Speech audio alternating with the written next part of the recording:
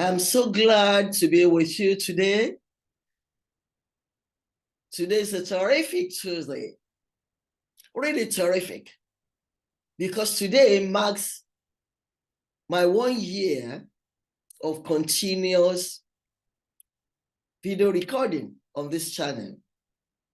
This channel, Learn with Joes, is 1 year old today.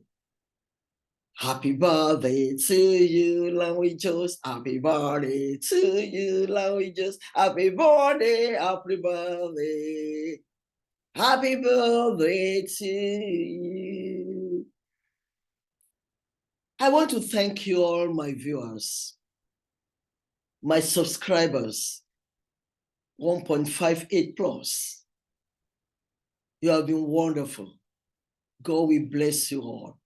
Because it's with you, your support, your encouragement, your feedbacks that have kept me going this last 1 year. Without you, I wouldn't have done it. So I appreciate you. Sometimes I have very large viewers, sometimes I have very small viewers. But I've always said to myself, even if it's only one person that view my video, I'm grateful to that one person.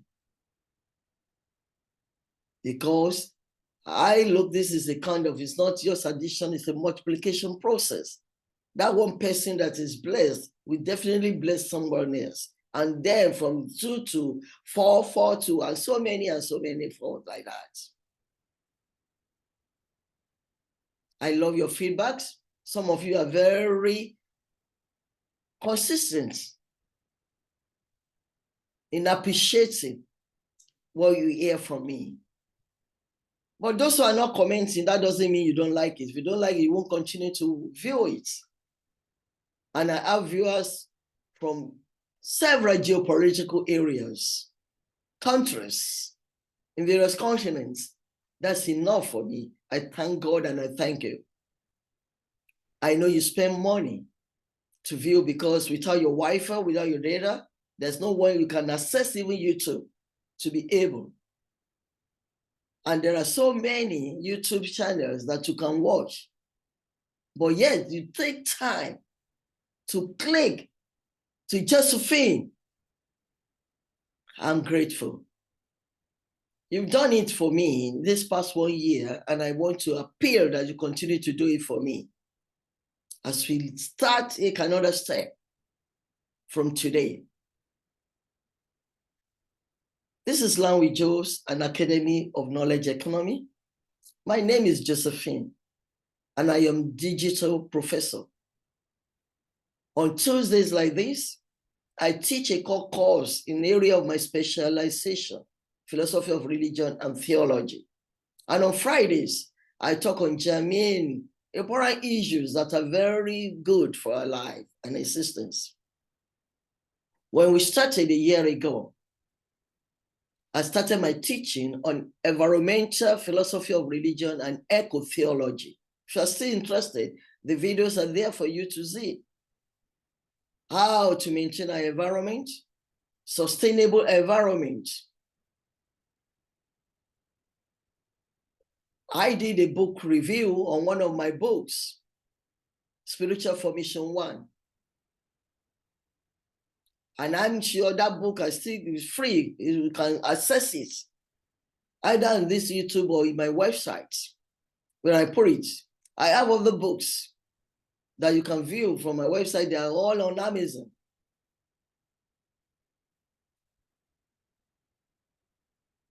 And then philosophy of religion itself, which covers so many other aspects. And then I'll be doing free will and determinism now. Have we moral liberty? Are we predetermined to act the way we do?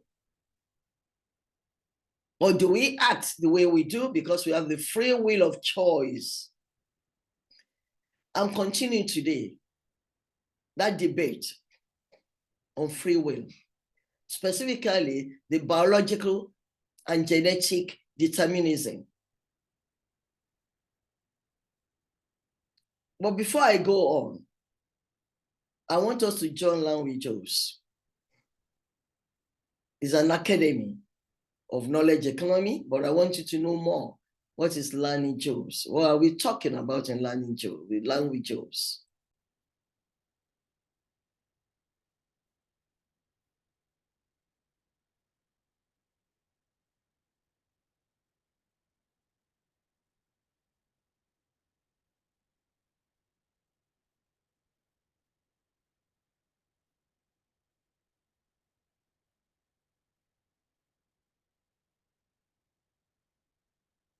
Thank you. That's Learn with Joes. We are there for you at any time.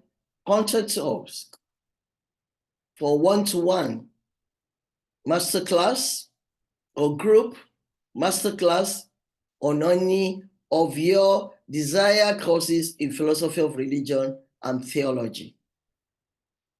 And also, since we are now 1 year old, I'm going to include from next year, by God's grace, in January, a kind of counseling, Christian counseling and therapy, strictly Christian counseling and therapy.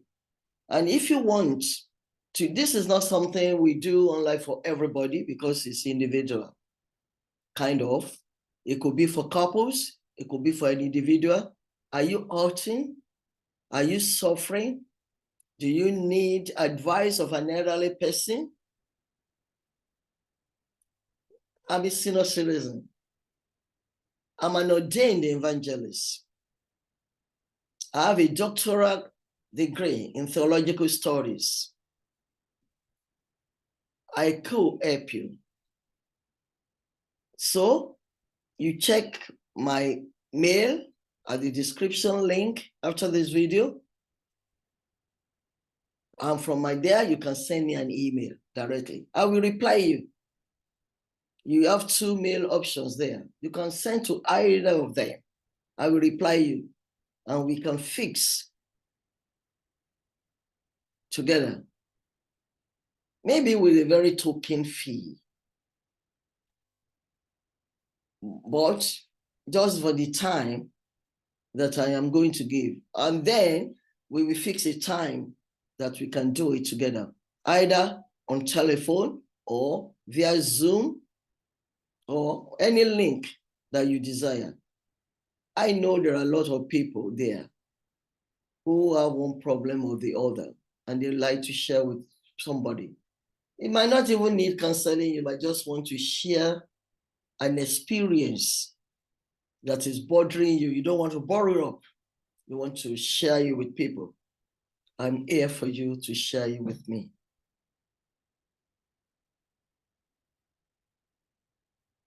So now, you know, I love to share, give you PowerPoint presentation for my talk, especially when I'm teaching.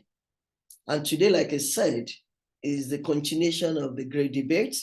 And I'm specifically going to talk on the biological and genetic determinism. So please just hold on for me while I share. Okay, like I said, it's the great debate on determinism that I'm continuing, but this time around with biological and genetic determinism. The idea is that our genetic nature fixes our behaviors, beliefs, and desires. One area of contemporary science discourse that relates to human freedom is the notion of genetic determinism. Here, the concept of determinism is linked directly to the genes in a person's DNA. You all know how important DNA is. In fact, if there is a paternity issue, even maternity issue, they use the DNA to determine who is likely to be the father of that child or the mother of that baby. Because we already know that aberrations in specific genes can lead to various forms of physical and mental disease in humans. We can confidently now say that the genes physically determined people.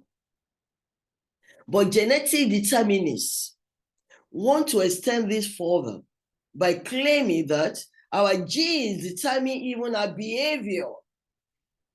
In this line of thinking, we are victims of our genetic makeup, and any effort to change our moral nature or behavioral patterns is useless. It is sometimes termed puppet determinism. That's why at times you find when a father is a criminal, you find some of the offspring are similar. Is it the genetic determinism? Or is it the free will of that child to just copy what the father has done?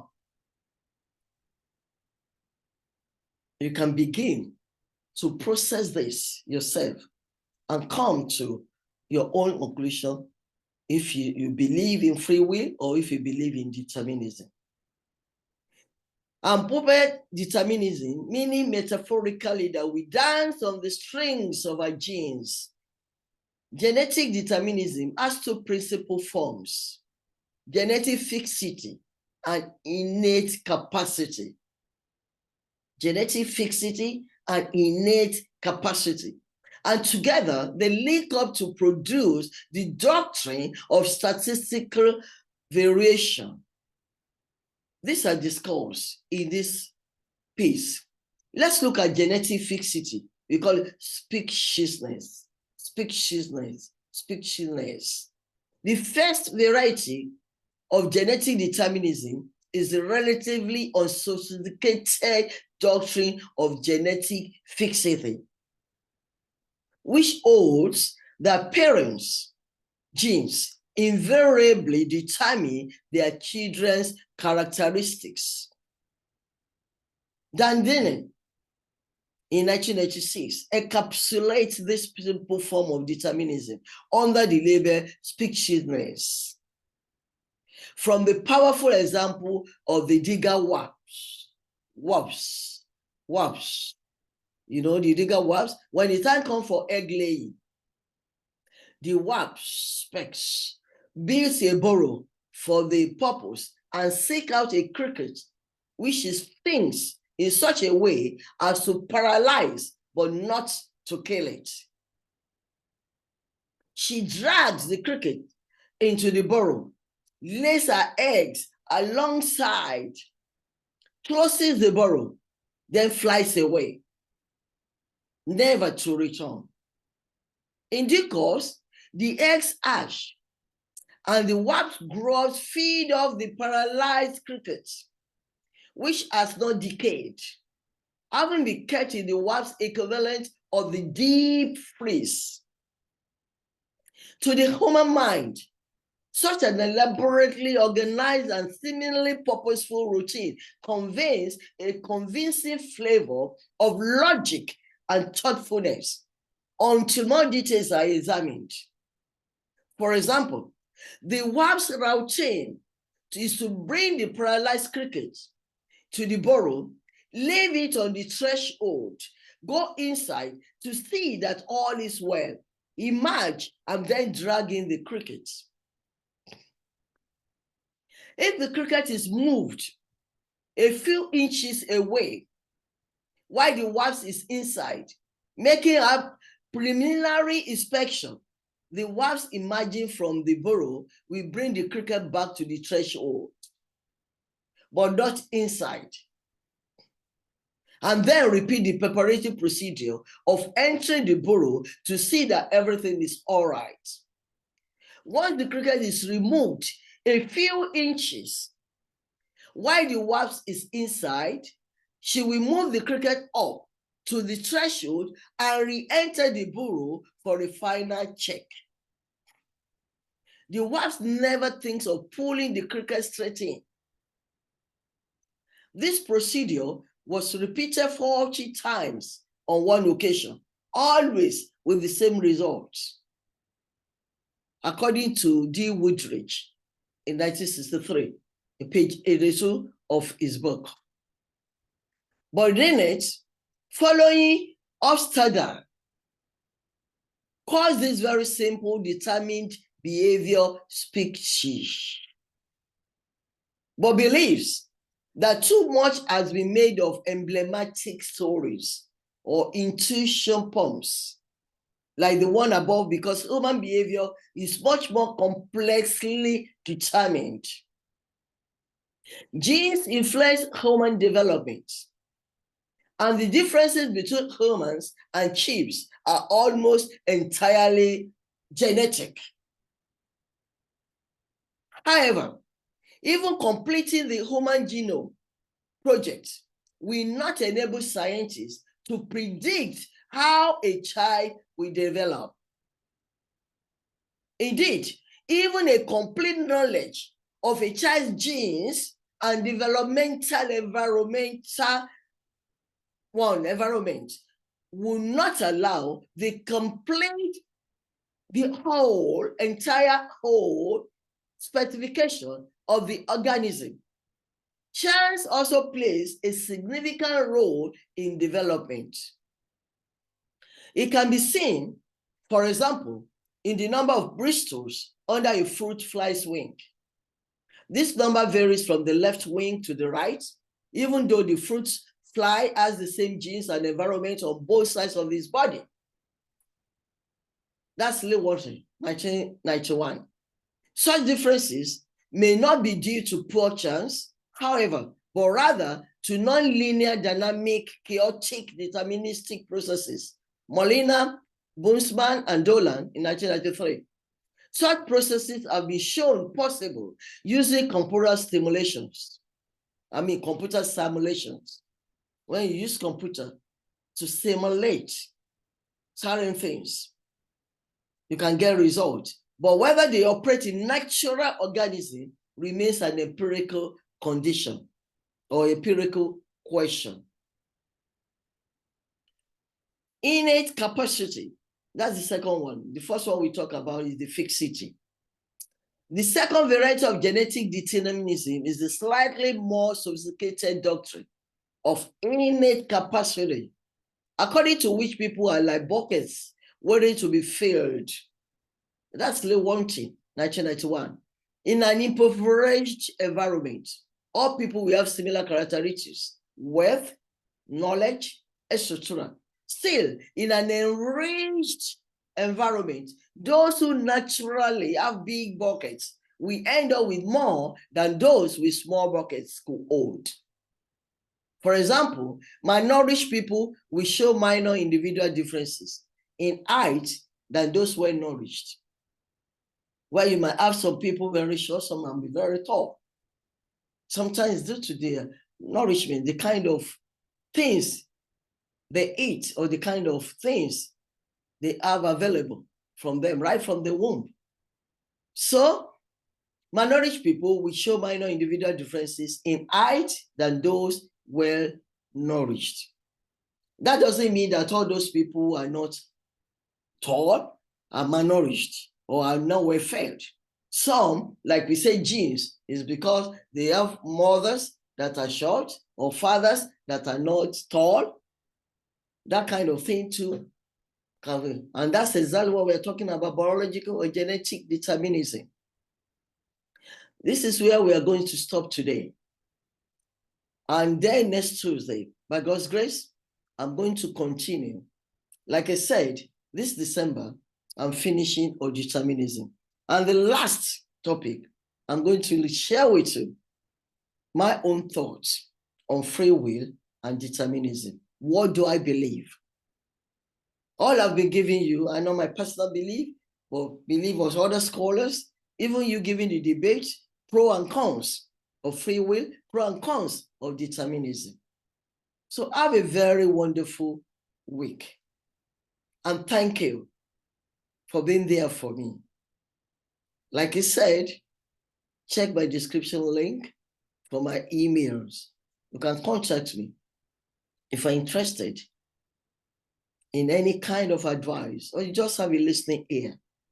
You know, at times when it's good to have quiet mouth and have listening ear. If you need somebody to just share something with, I promise you I have my quiet mouth and I have my listening ear to listening to you, so that you can be happy and we all can be happy.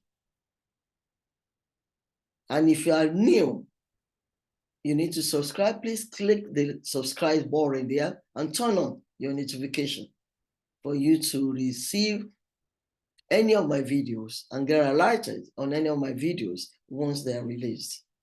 I appreciate you all.